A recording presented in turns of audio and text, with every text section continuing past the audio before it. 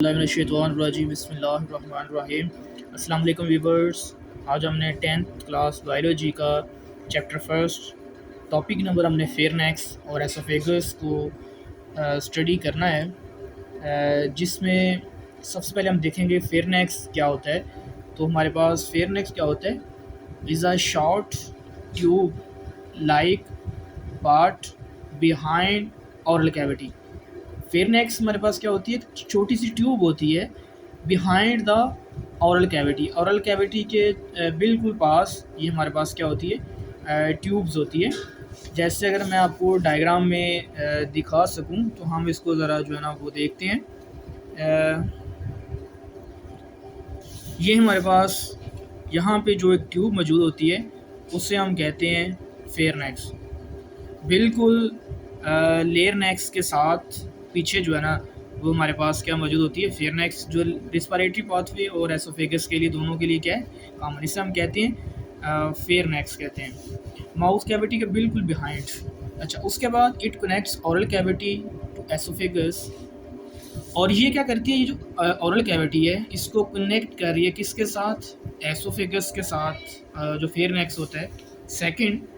And also connects nose to windpipe trachea. और secondly यही जो फेयरनेक्स है ये जो हमारे पास नोज़ है उसके साथ, और ये जो मैंने आपके सामने लेयर नेक्स बनाया है उसके साथ कनेक्ट कर रही है। दोनों पाथवे दोनों को आपस में कनेक्ट कर रही है फेयरनेक्स। तो फेयरनेक्स इन दोनों के लिए क्या है हमारे पास, कॉमन पाथवे। अच्छा, उसके बाद हमारे पास आएगा the process of chemical digestions that started in oral cavity continues here. और अगर हम देखें तो सबसे पहला पार्ट हमारे पास ओरल कैविटी है, फिर उसके बाद हमारे पास फेयरनेक्स है, फिर हमारे पास जो है ना एसोफेगस आ जाता है, और लास्ट में हमारे पास स्टोमिक। तो डाइजेशन यहाँ से स्टार्ट होती है आहिस्ता आहिस्ता, फिर वो जो है ना टीथ के थ्रू होती है, उनकी जो है ना फूड पीसेस में ब्रेक होती है, फिर वो एसोफेगस में आती है, वहाँ से फिर आगे जो है ना वो मूवमेंट पेरिस्टालसिस मूवमेंट होती हैं, डाइजेशंस होती हैं, और आहिस्ता आहिस्ता फूड जो है ना वो स्टोमिक के अंदर पहुँचती है। हम वन बाय वन सबको जो है ना वो देखते हैं। अच्छा, उसके बाद the process an important function of pharynx is to prevent the entry of food particles into lungs। सबसे अहम बात जो है ना फेयरनेक्स की वो ये है कि फेयरनेक्स क्या करता है, ये फूड पार्टिकल्स की एंट्री को जो है ना वो बंद कर देता है ताकि वो इसमें ना जाए, लेयर नेक्स के अंदर ना जा सके। तो इसमें दो पार्ट्स हमारे पास होते हैं, एक एपिग्लोटिस और एक ग्लोटिस। ग्लोटिस क्या होती है, ओपनिंग होती है, उसको कवर किया जाता है एक फ्लैप ऑफ टिश्यू से, जिसे हम क्या कहते हैं, एपिग्लोटिस का नाम देते हैं। तो ये जो है दोनों मिलकर फूड को प्रिवेंट करते हैं कि वो जो है ना वो हमारे पास रिस्पायरेटरी ट्रैक के अंदर दाखिल ना हो सके। अच्छा, उसके बाद हम आते हैं व्यूअर्स आगे। It is done with the help of N elastic cartilage tissue called epiglottis. जैसे हमने अभी आगे बात की है कि जो फेयरनेक्स ये जो काम सर अंजाम देता है वो देता है ग्लोटस को, जो एक ओपनिंग होती है उसको वो क्लोज करता है, किसके थ्रू, फ्लैप ऑफ टिश्यूज़ के थ्रू वो क्लोज करता है। जब फ्लैप ऑफ टिश्यू क्लोज हो जाता है तो ओपनिंग क्लोज हो जाती है, तो फूड जो है ना वो ईजिली कहाँ मूव करती है, एसोफेगस के अंदर जो है ना मूव करती है। अगर बाई चांस ये फूड यहाँ पे आ जाएगी, ग्लोटिस के अंदर ऐड हो जाएगी, तो रिस्पिरेटरी ट्रैक में चली जाएगी, तो क्या होता है कि वो डिजीज़ हो सकती है, प्रॉब्लम्स बन सकती हैं। ठीक है, तो ये दोनों कभी कभी ऐसा होता है कि जो फूड है वो इंटर हो जाती है, या पानी जो है ना वो नाक के रस से बाहर आ जाता है, तो ये आपस में इंटरकनेक्टेड होते हैं, इसलिए ये काम जो है ना वो हो जाते हैं। अच्छा, उसके बाद when swallowed food passes through the pharynx, the top of trachea windpipe is pushed up against epiglottis। क्या होता है कि जब फूड पास होती है थ्रू द फेयरनेक्स के through, the top of trachea wind pipe is pushed up against epiglottis. तो क्या होता है हमारे पास, जब फूड जो है ना वो फेयरनेक्स में से पास हो रही होती है यहाँ से, तो ट्रेकिया का जो हमारे पास टॉप होता है, जैसे हमने अभी बात की है एपिग्लोटिस, तो उसके अगेंस्ट पुश अप होता है। तो जिस वजह से ये हमारे पास एपिग्लोटिस जो होता है वो ओपनिंग को क्लोज कर देता है, ताकि फूड जो फेयरनेक्स में पास हो रही है वो ईजिली आगे पास हो जाए, वो ट्रैकिया के अंदर जो है ना वो सांस वाली नाली में इंटर ना हो सके, क्योंकि ये दोनों ट्यूब साथ बाय साथ हैं, तो ये फूड के चांस होते हैं कि यहाँ पे इंटर हो जाए। तो फूड इसलिए इंटर नहीं होती क्योंकि उसको क्लोज किया होता है एपिग्लोटस ने, और एपिग्लोटस को स्टिमुलस कहाँ से मिलता है? फेरनेक्स से मिलता है, और उसने जो है उसको ओपन किया होता है। अच्छा व्यूअर्स, उसके बाद आगे, in this way the opening of trachea glottis the close and the salt food passes over it.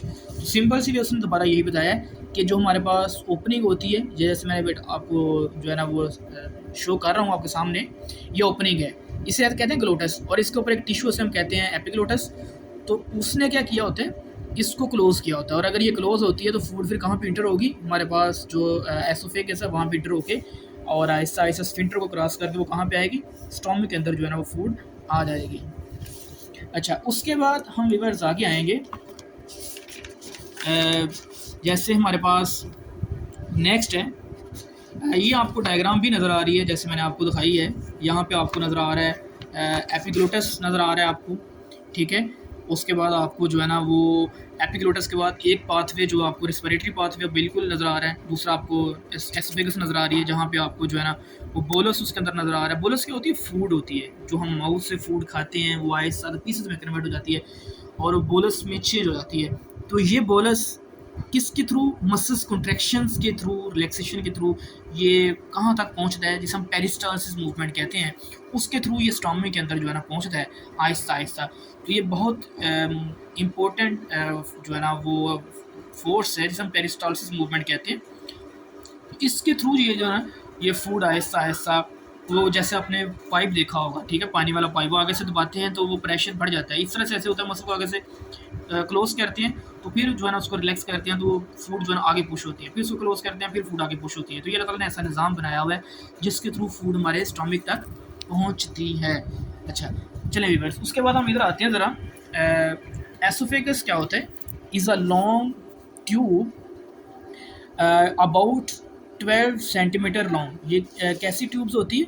ये लॉन्ग ट्यूब होती है और 12 सेंटीमीटर जो है ना वो लॉन्ग होती है, यानी 25 सेंटीमीटर लॉन्ग होती है, 25 सेंटीमीटर्स लॉन्ग ट्यूब होती है एसोफेगस, यानी यहाँ से लेके ऑलमोस्ट स्टोमक तक जो है ना 25 सेंटीमीटर लॉन्ग ट्यूब जो है ना वो बनती है हमारे पास। It connects the pharynx to the stomach. ये क्या करती है? ये जो हमारे पास जो ट्यूब है ये किसको कनेक्ट करती है? फेयरनेक्स को कनेक्ट करती है, किसके साथ? स्टोमक के साथ जो है ना वो कनेक्ट करके रखती है, ठीक है, ये चीज़ आपने याद रखनी है। फेयरनेक्स को स्टोमक के साथ कनेक्ट करके जो है ना वो रखती है, ठीक है, ये चीज़ आपने व्यूअर्स याद रखनी है। जैसे मैं अगर आपको बताऊं, ये डायग्राम में भी आपको नज़र आ रहा है, यहाँ से अगर एसोफेगस स्टार्ट हो रहा है तो ये नीचे यहाँ तक जा रहा है, ऊपर से इसमें माउथ कैविटी भी कनेक्टेड है, नीचे इसमें हमारे पास क्या कनेक्टेड है? स्टोमक कनेक्टेड है। तो ये दोनों आपस में कनेक्ट करती है, इसका ये काम होता है। अच्छा, उसके बाद when food इंटर्स esophagus, successive waves of contractions are generated in its muscular walls। और जब फूड क्या होती है, यहाँ पे अगर फूड लेट्स सी एसोफेगस में इंटर हुई है तो क्या होगा, ये फूड हमारे पास, जैसे हम बोलस का नाम दे रहे हैं, तो आगे से क्या हो रही है हमारे पास, जैसे जब मसल्स कॉन्ट्रैक्ट करेंगे तो वेव लाइक जो है ना वो कॉन्ट्रैक्शंस जनरेट होंगी, उससे क्या होगा, फूड फिर आगे पुश होगी, फिर वेव्स क्लोज होंगी, फिर वेव्स जनरेट होंगी, फिर ये आगे जो है ना वो फूड पुश होगी। इस तरह करते करते आहिस्ता आहिस्ता ये फूड एसोफेगस को क्रॉस करके कहाँ तक आएगी? स्टोमक के अंदर जो है ना वो एंटर होगी। जैसे हमारी बुक में भी जो है ना आपको नज़र आ रहा है, ये फूड है, ठीक है, बोलस, वो आहिस्ता ट्यूब आगे कॉन्ट्रैक्ट करती है तो ये फूड आगे पुश होती है, फिर ट्यूब कॉन्ट्रैक्ट करती है, ये फूड आगे पुश होती है, और आहिस्ता आहिस्ता ये स्टोमक में पहुँच जाती है, इसे कहते हैं पेरिस्टालसिस मूवमेंट। अच्छा, तो ये मस्कुलर वाल्स हैं, इसलिए ये कॉन्ट्रैक्ट एंड रिलैक्स होती है, अगर मस्कुलर ना होती तो फिर ये कॉन्ट्रैक्ट एंड रिलैक्स नहीं हो सकती थी। अच्छा, उसके बाद these waves of contractions move food along the oesophagus to the stomach, और यही वो वेव्स हैं जो फूड को हेल्प आउट कर रही होती हैं मूवमेंट के लिए, कि वो एसोफेगस से मूव करके कहाँ पे आए? स्टोमक के अंदर। अगर ये वेव ना होती तो ऐसा भी हो सकता है तक फूड ना जो है ना मूव करके स्टोमक के अंदर जो है ना वो आ सके, ठीक है। तो इनके पीछे वेव्स होती हैं जो फूड को मूव करवा के उसको स्टोमक तक लेके आने के लिए हेल्प आउट कर रही हैं। अच्छा, उसके बाद viewers, these waves of muscular contraction are called peristalsis. इससे हम किस चीज़ का नाम देते हैं? पेरिस्टालसिस मूवमेंट का, जो कि बेसिकली पेरिस्टालसिस मूवमेंट है, वेव लाइक मूवमेंट है, इसमें मस्कुलर कंट्रैक्शंस होती है और जिस वजह से फूड जो है ना वो ईजिली मूव करती है हमारे पास एक जगह से और मूव करे कहाँ तक आती है, स्टोमक तक आती है, ठीक है। तो ये बहुत इंपॉर्टेंट टॉपिक है, ठीक है। फेयरनेक्स एंड एसोफेगस जो कि ह्यूमन डाइजेस्टिव सिस्टम का हमारे पास पार्ट है, ठीक है, बहुत इंपॉर्टेंट है। इससे पहले हमने ओरल कैविटी की वीडियो भी मौजूद है, आप उसको भी जाके जो है वो विजुलाइज कर सकते हैं, ठीक है। और इसके बाद ये फेयरनेक्स वाला टॉपिक, ठीक है, एसोफेगस बहुत हाईली इंपॉर्टेंट है और डिटेल के साथ जो है इसको एक्सप्लेन किया जा रहा है, ठीक है। तो आप इजीली इसमें से इसको देख सकते हैं। अगर आपका कोई क्वेश्चन हो तो आप जो है ना वो रब्ता कर सकते हैं, ठीक है, कमेंट्स के थ्रू रब्ता कर सकते हैं, ठीक है। आपको एज सुन एज जो है ना वो रिप्लाई जो है ना आपको दिया जाएगा। और व्यूअर्स इसको देखने के बाद वीडियो को लाइक एंड सब्सक्राइब करें ताकि आपके पास नेक्स्ट वीडियो जल्दी से जल्दी पहुंच सके, ठीक है। थैंक यू, अल्लाह हाफिज़ व्यूअर्स।